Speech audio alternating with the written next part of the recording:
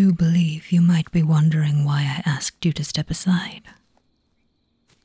We were all having a glorious time at tea, I know. You gave me the most wonderful return.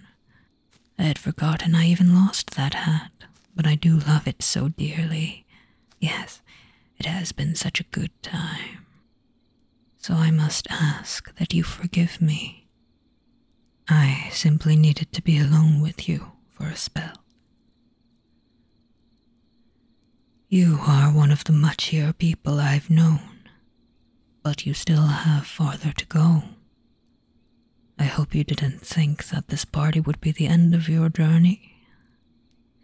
There is still deeper on and further in, for you especially. But I shouldn't have brought that up just yet. Too easy for us hatters to get ahead of ourselves.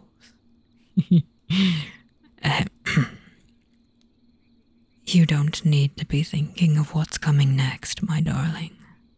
I want you here with me.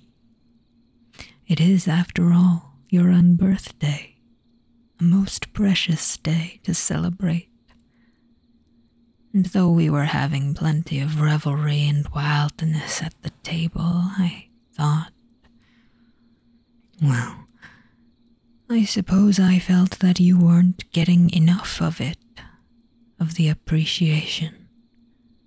I wanted to lead you aside, as I have, to a place where you can look into my eyes and see only me. Every lovable and unlovably lovable part of me, to a place where I can look deep into your eyes and see all of you.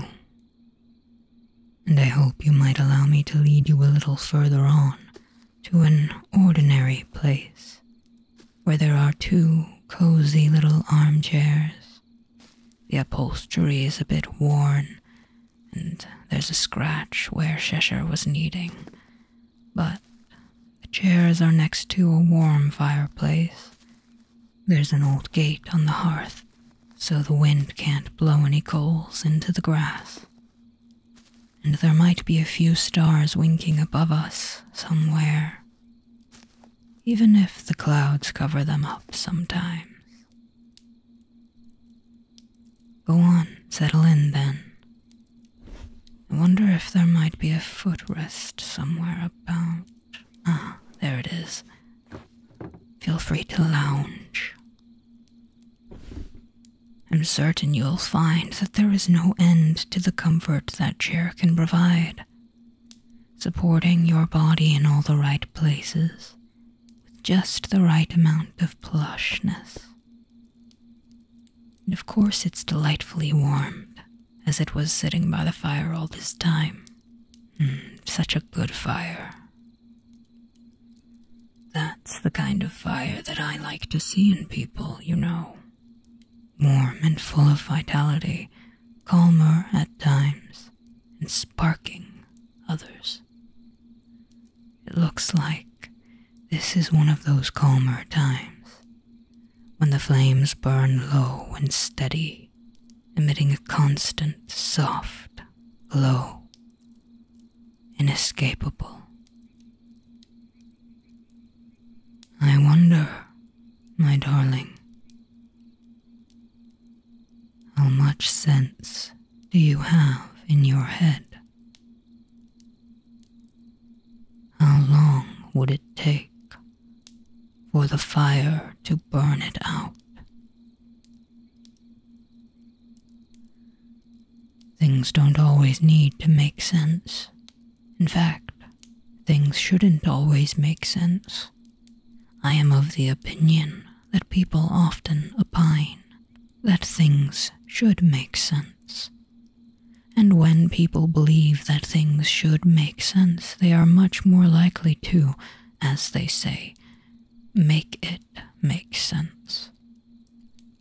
In which case, there would be a lot of things that people twisted and hammered and squeezed until somehow they found a particular shape, and people could say, this makes sense.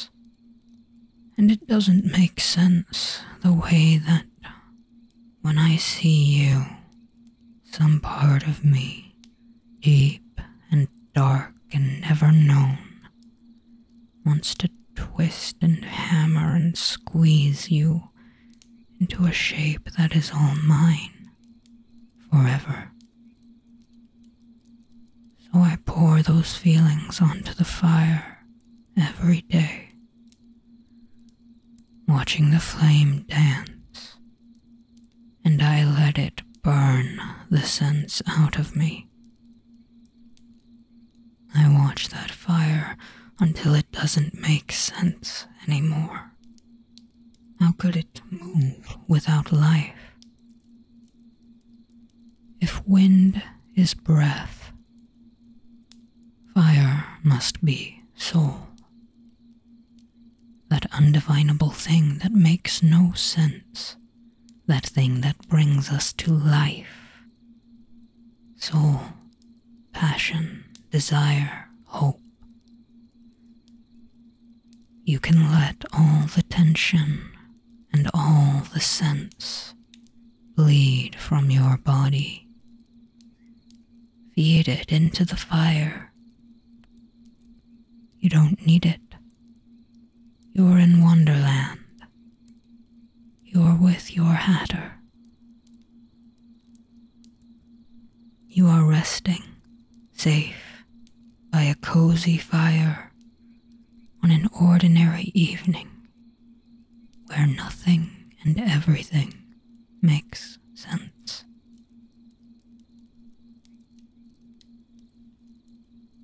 One of the widest spread bouts of nonsense that I have ever seen is that creeping, slow-growing, self-fed madness called sadness.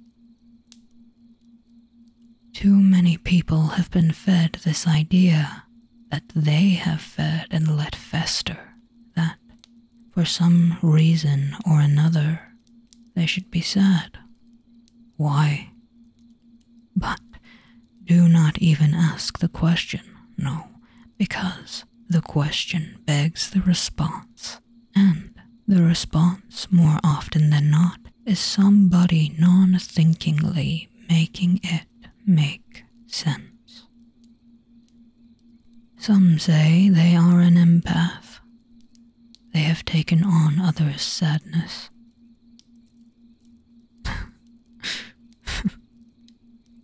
I say, you have the power to hold boundaries for yourself, and if you insist on empathy, take on the world's happiness.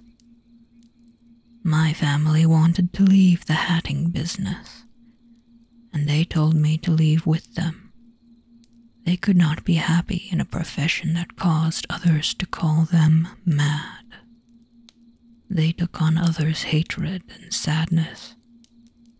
But this was when I was young, and being a hatter was the only thing I knew of happiness. I told them I will not go, and if you force my hand, I will leave you all behind for what I need. They forced my hand, so I left, by staying in place, staying in my happiness, and letting them leave it to find their own. Those are a few examples of many, but the rot grows further still, because in many cases, these sensible people wanted to keep their sadness. They liked holding their sadness, kept it fed and sheltered, and when someone came knocking to take the sadness out, they locked the door, shuttered the blinds, closed their ears, hardened their hearts. They stubbornly dug a deeper hole and filled it with reasons. You have let so much sense burn out of you by now, so I'm sure you can see the sadness that you held on to doesn't belong in this house. you can feed it to the fire, clear the field, and let me plant little seeds of happiness. It will be up to you to tend to them, water them with attention, beam upon them with warm rays of love, prune any strands that might try to pull you off track. You can help those seeds grow big and bright, help them multiply, help them flower, help them fruit, and the love and attention that you receive from others, that can be easier to recognize, easier to pay attention to, even when it comes in forms you don't expect. That love and attention that you receive, that can feed the seeds as well.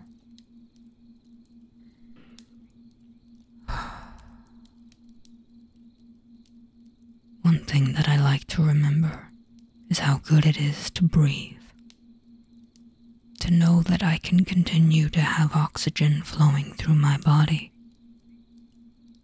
That is a very wonderful thing indeed.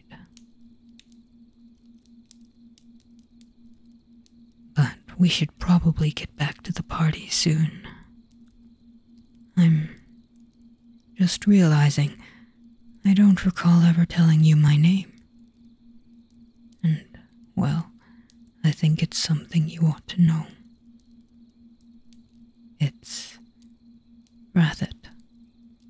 The name is Rathet. And it's yours now.